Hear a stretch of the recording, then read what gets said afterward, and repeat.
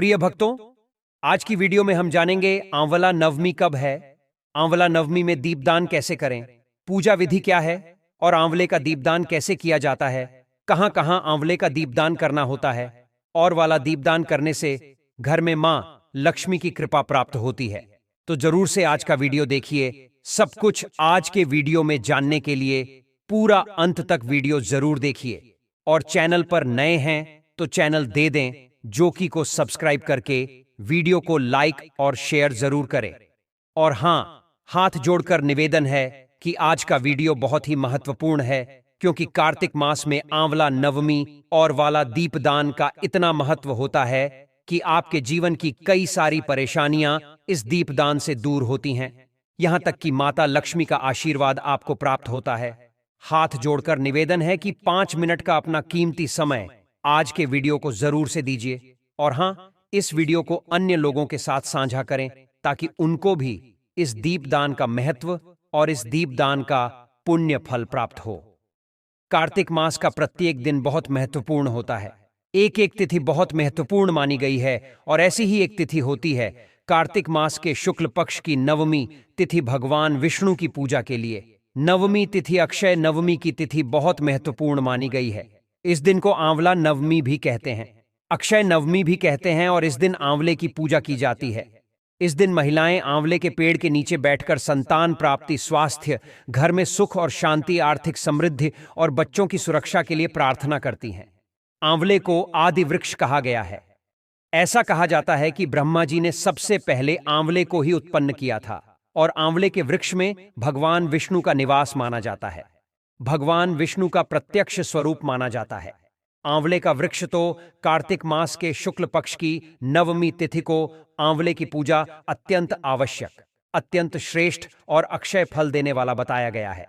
तो आज की वीडियो में आप जानेंगे कि साल 2024 में अक्षय नवमी अर्थात आंवला नवमी कब है, नवमी तिथि कब प्रारंभ हो रही है, कब समाप्त हो रही है और पूजा करने का शुभ मुहूर्त क्या है और आंवले की पूजा आपको किस प्रकार से करनी चाहिए।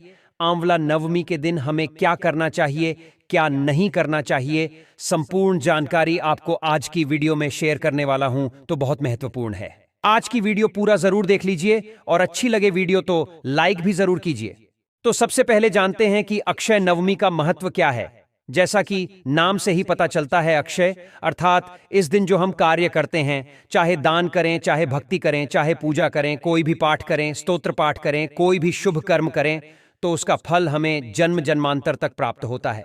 इस दिन हम जो भी कर्म करते हैं उसका कभी नाश नहीं होता, इसलिए अक्षय नवमी को बहुत ही श्रेष्ठ माना गया है। आंवला नवमी के दिन भगवान विष्णु ने कुष्मांड नामक राक्षस का वध किया था। यह भी माना जाता है कि भगवान कृष्ण ने आंवला नवमी के दिन कंस का वध करने से पहले 3 वनों की परिक्रमा की थी। इसलिए अक्षय नवमी के दिन मथुरा वृंदावन की परिक्रमा की जाती है। कहा जाता है कि इस दिन जो भी व्यक्ति मथुरा वृंदावन की परिक्रमा करते हैं उन्हें कंठ लोक की प्राप्ति होती है, भगवान श्री हरि विष्णु के लोक की प्राप्ति होती है। वैसे तो कार्तिक के महीने में, पूरे महीने में ही अगर आप स्नान करते हैं पवित्र नदियों में तो उसका फल बहुत अधिक प्राप्त होता है। लेकिन अगर पूरे कार्तिक मास में आप किसी भी नदी में स्नान नहीं कर पाते हैं तो मात्र नवमी के दिन स्नान करते हैं तो इससे भी आपको अनंत पुण्य की प्राप्ति हो जाती है। इस दिन आंवले के वृक्ष के नीचे भोजन पकाना, किसी ब्राह्मण को भोजन कराना और फिर स्वयं आंवले के वृक्ष के नीचे बैठकर ही भोजन करना, इससे अनंत गुना पुण्य फल की प्राप्ति होती है।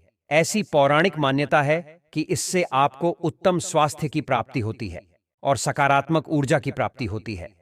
श्री हरि विष्णु और माता लक्ष्मी की विशेष कृपा के पात्र आप बन जाते हैं अगर आप आंवले के नीचे ब्राह्मण को भोजन करवाते हैं, भोजन पकाकर और ब्राह्मण को भोजन करवाकर और फिर स्वयं प्रसाद स्वरूप में उसे ग्रहण करने से किसी भी प्रकार की आपकी कामना हो, चाहे संतान प्राप्ति की हो, चाहे धन प्राप्ति की हो या फिर अनंत गुना पुण्य फल की प्राप्ति की कामना हो, निश्चित ही भगवान श्री हरि विष्णु की कृपा से पूर्ण होती है। आंवला नवमी देव उठनी एकादशी से 2 दिन पहले मनाया जाता है। ऐसा माना जाता है कि अक्षय नवमी के दिन ही सतयुग की शुरुआत हुई थी, तो अक्षय नवमी को उदया तिथि माना जाता है और सच्चे मन से श्रद्धा भाव से भगवान श्री हरि विष्णु की आराधना की जाती है। और अब जानते हैं कि आंवला नवमी साल 2024 में कब है। देखिए पंचांग के अनुसार कार्तिक मास के शुक्ल पक्ष की नवमी तिथि प्रारंभ हो रही है। 9 नवंबर 2024 को रात्रि में 40 मिनट पर और समाप्त हो रही है। अगले दिन यानी कि 10 नवंबर को रात्रि में 9:10 पर तो सूर्योदय कालीन तिथि के अनुसार 10 नवंबर 2024 को अक्षय नवमी अर्थात आंवला नवमी मनाई जाएगी। बात करें पूजा के शुभ मुहूर्त के बारे में तो देखिए पूजा का शुभ मुहूर्त आपको प्राप्त हो रहा है सुबह 6:40 से दोपहर 12:51 तक। कुल अवधि पूजा की होगी 5 घंटे 25 मिनट की बात करें। पूजा विधि के बारे में तो देखिए वैसे तो प्रत्येक मनुष्य आंवले की पूजा कर सकते हैं, लेकिन विशेष रूप से महिलाओं को आंवले की पूजा अवश्य करनी चाहिए। तो आंवला नवमी के दिन प्रातःकाल जल्दी उठ जाइए, उठकर स्नान कर लीजिए और साफ स्वच्छ वस्त्र धारण करके आंवले के वृक्ष के पास जाकर विधि विधान से उसकी पूजा कीजिए। इससे पहले मतलब पूजा करने से पहले वृक्ष के नीचे अच्छे से साफ सफाई कर लीजिए। इसके बाद आंवले के पेड़ के नीचे पूर्व दिशा में खड़े होकर जल और दूध चढ़ाएं। आप चाहे तो आसन बिछाकर बैठकर भी विधि विधान से पूजा कर सकते हैं। अगर इतना स्थान ना मिले तो खड़े होकर भी आप पूजा कर सकते हैं।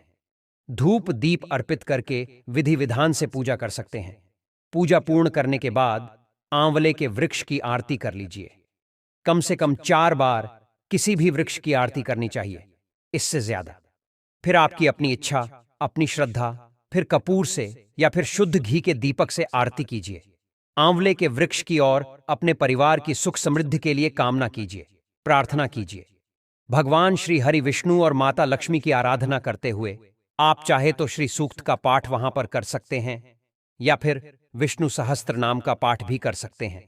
आपके पास इतना समय ना हो या फिर इतनी जगह ना हो कि बैठकर आप पूजा कर पाएं, तो ऐसे में ओम नमो भगवते वासुदेवाय नमः इस मंत्र का जाप करते हुए पूजा कर सकते हैं। ओम महालक्ष्म्याय नमः इस मंत्र का जप भी कर सकते हैं। दोस्तों अब जानते हैं वाला दीपदान कैसे करें, कैसे दीपक बनाएं। संपूर्ण जानकारी वीडियो को लाइक करके चैनल धर्मलोक को सब्सक्राइब करने और कमेंट में जय मां लक्ष्मी जरूर से लिखे। और अभी तक आपने वीडियो शेयर नहीं किया तो हाथ जोड़कर निवेदन है जरूर से कर दीजिए ताकि अन्य लोगों को पता चले। मान्यताओं के अनुसार कार्तिक मास में आंवले और तुलसी जी की पूजा करने से हर तरह के पाप नष्ट हो जाते हैं। पितृदोष हो तो पितृदोष दूर हो जाता है। जैसे जिसके मां में कामना है उसे कामना को लेकर यदि आंवले का दीपदान किया जाता है तो हर प्रकार की कामना भी पूर्ण हो जाती है। जिस घर में आंवला दीपदान किया जाता है उस घर में सदा मां लक्ष्मी जी का स्थायी वास भी बना रहता है। वैसे तो कार्तिक के पूरे महीने में ही आंवला दीपदान करना चाहिए, लेकिन जो लोग पूरे महीने में आंवला दीपदान करने में असमर्थ होते हैं, ऐसे में यदि आप एक राशि जो कि कार्तिक शुक्ल एकादशी है उस दिन से लेकर कार्तिक पूर्णिमा तक भी आंवले का दान करते हैं, आंवला दीपदान करते हैं, तो उससे भी आपको पूरे महीने में या पूरे वर्ष में किए गए दीपदान का फल प्राप्त हो जाता है। अक्षय नवमी एक ऐसी तिथि है जिस दिन आंवले के पेड़ की पूजा सभी को करनी चाहिए और इसी दिन आपको आंवला दीपदान भी करना चाहिए। वैसे तो आप अक्षय नवमी के अलावा, जिसे हम आंवला नवमी भी कहते हैं, इस मास में आने वाली जो भी मुख्य तिथियां हैं जैसे कि एकादशी, वैकुंठ चतुर्दशी, पूर्णिमा, अमावस्या या गोपाष्टमी या जो भी दिन भगवान श्री विष्णु से जुड़े हुए हैं, उन दिनों में भी आप आंवला दीपदान करके पुण्य की प्राप्ति कर सकते हैं। अक्षय नवमी के दिन तो हर किसी को आंवले के पेड़ का पूजन करना ही चाहिए। आसपास आंवले का पेड़ हो तो वहां जाकर पहले पेड़ की जड़ में आपको साफ सफाई करके कच्चा दूध, दूध और जल मिलाकर या सादा जल मिलाकर धूप दीप जलाकर फिर आपको आंवले के पेड़ की 7 बार कम से कम परिक्रमा करके दीपदान करना चाहिए।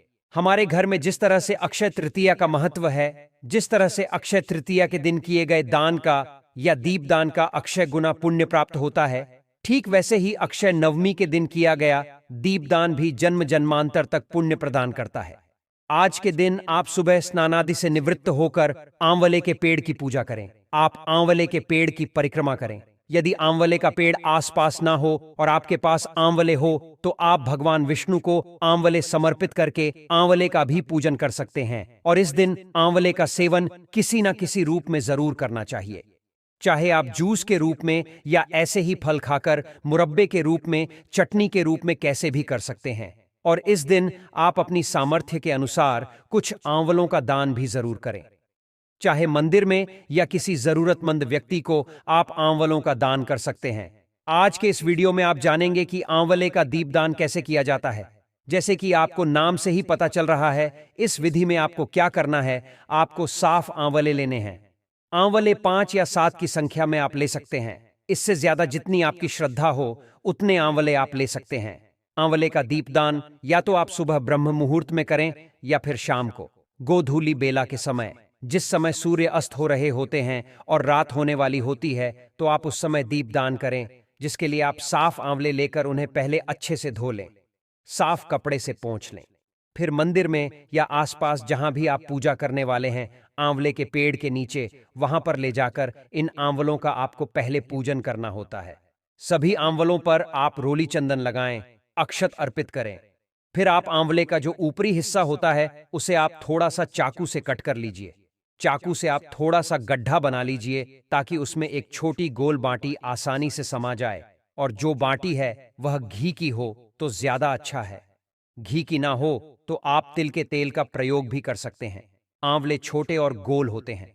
कई बार वह जमीन पर या चौकी पर, जहां पर भी आप स्थापित कर रहे हैं, जहां पर भी आप दीपदान करने वाले हैं, वहां पर अगर वह ठीक से टिक ना पाए तो आप मिट्टी के दीपक का प्रयोग भी कर सकते हैं।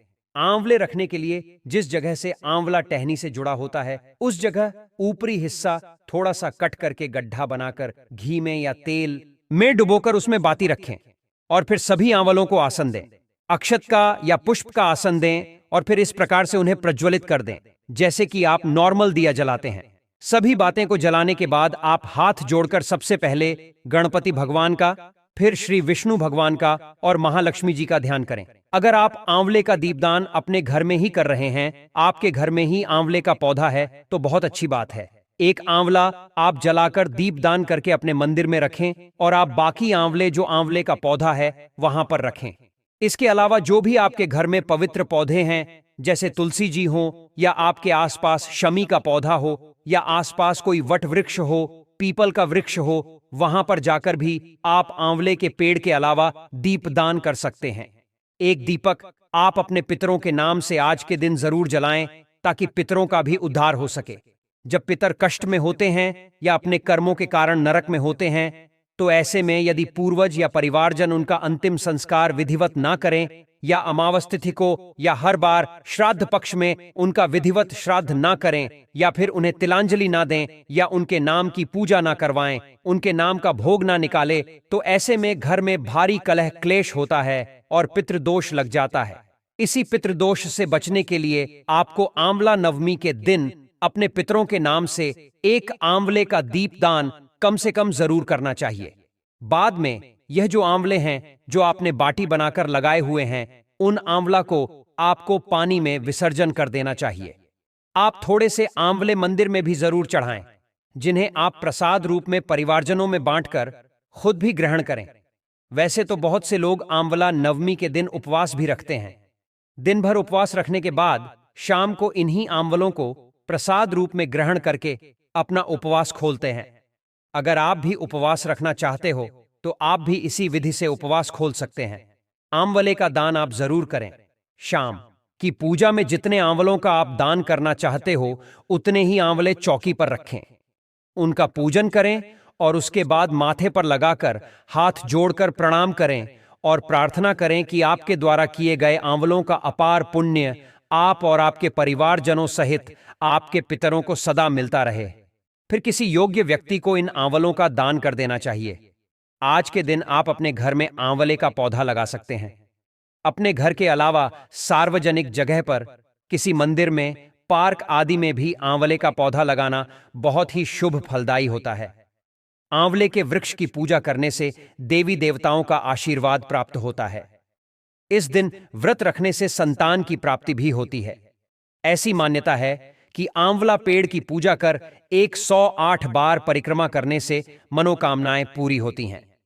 इस दिन विष्णु सहित आंवला पेड़ की पूजा अर्चना करने से अक्षय पुण्य की प्राप्ति होती है। अन्य दिनों की तुलना में नवमी पर किया गया दान पुण्य कई गुना अधिक लाभ दिलाता है। धर्मशास्त्र अनुसार इस दिन स्नान, दान, यात्रा करने से अक्षय पुण्य की प्राप्ति होती है। आंवले के वृक्ष के नीचे पूर्व दिशा में बैठकर पूजन कर उसकी जड़ में दूध देना चाहिए। इसके बाद पेड़ के चारों ओर कच्चा धागा बांधकर कपूर बाती या शुद्ध घी की बाती से आरती करते हुए 7 बार परिक्रमा करनी चाहिए। इस दिन महिलाएं किसी ऐसे गार्डन में जहां आंवले का वृक्ष हो वहां जाकर वहीं भोजन करती हैं। पूजा अर्चना के बाद खीर, पूड़ी, सब्जी और मिष्ठान आदि का भोग लगाया जाता है।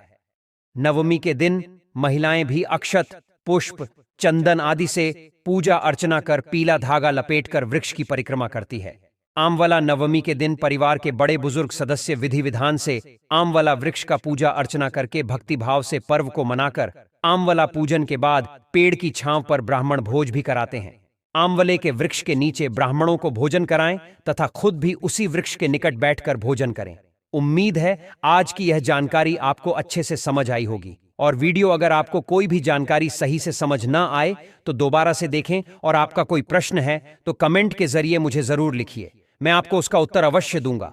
चैनल धर्मलोक को अभी तक सब्सक्राइब नहीं किया तो जल्दी से करके शेयर कर दें और बेल आइकॉन दबाना बिल्कुल ना भूलें। धन्यवाद।